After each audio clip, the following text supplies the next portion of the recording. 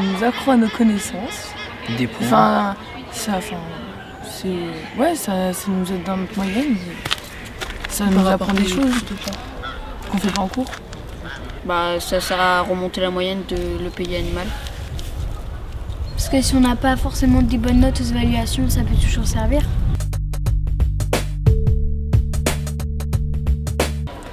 C'est des exercices facultatifs qu'on n'est pas obligé de faire et qui nous apportent des points dans notre moyenne en EPI animal. Il y a un site internet, on va sur le site internet et on clique sur un certain badge. J'ai été sur... d'abord j'ai regardé la vidéo parce que la plupart de mes badges étaient vidéo. Après j'étais sur un questionnaire en ligne et j'ai répondu au questionnaire. Et après on l'envoie à notre professeur et elle le corrige. Et après si on réussit totalement, on a un certain badge. Il y a le badge or, badge argent et badge de bronze. C'est en fonction de si le travail est bien fait, moins bien fait ou pas très bien fait.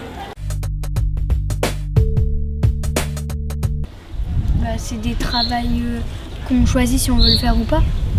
Pendant les études ou quand on est chez nous, ou pour ceux qui sont en internat. Si on a envie de le faire, par exemple certains jours ou certaines semaines, on peut le faire, on n'est pas obligé. On peut le faire en plusieurs parties, on n'est pas obligé de le faire en une fois. Et puis si on commence, on va travailler dessus pendant par exemple 30 minutes. Et après si on en a marre, on s'en va et puis on le recommence le lendemain ou un petit peu après. Moi je l'ai fait chez moi, en études ou chez moi. En études.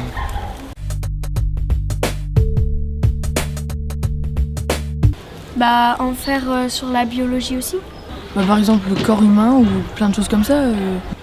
Sur la puberté ou sur la reproduction humaine. D'autres choses parce qu'on est en train d'étudier la puberté, donc ça serait bien de faire autre chose que ce qu'on est en train de voir pour apprendre d'autres choses en biologie. Ouais, moi je trouve les badges c'est bien choisi pour cette matière-là. Ouais, pour cette matière-là. Moi je le vois pas en maths. À la limite peut-être en histoire. Non. Mais après on n'a pas assez de temps. Ouais, c'est cool, trop bien. C'est super. On choisit si on veut le faire ou pas, c'est pas obligé. On apprend en s'amusant. C'est cool. Ouais, c'est plus simple que écrire et tout. Là c'est sur tablette, écrire aussi, ça dépend. Et sinon, c'est plus simple que faire sans la vidéo et tout, parce qu'il y a une vidéo sur le truc et puis voilà, c'est plus simple. Après on choisit le modèle de badge, si je peux le dire comme ça. En fait, soit vous allez avoir une vidéo avec un questionnaire à rendre sur feuille, soit une vidéo avec un questionnaire en ligne, soit un site internet avec un questionnaire en ligne. Ça peut être plusieurs choses ou alors ça peut être des trucs comme ça. Ou ça peut être des vidéos qu'on doit faire nous-mêmes et après envoyer à la prof.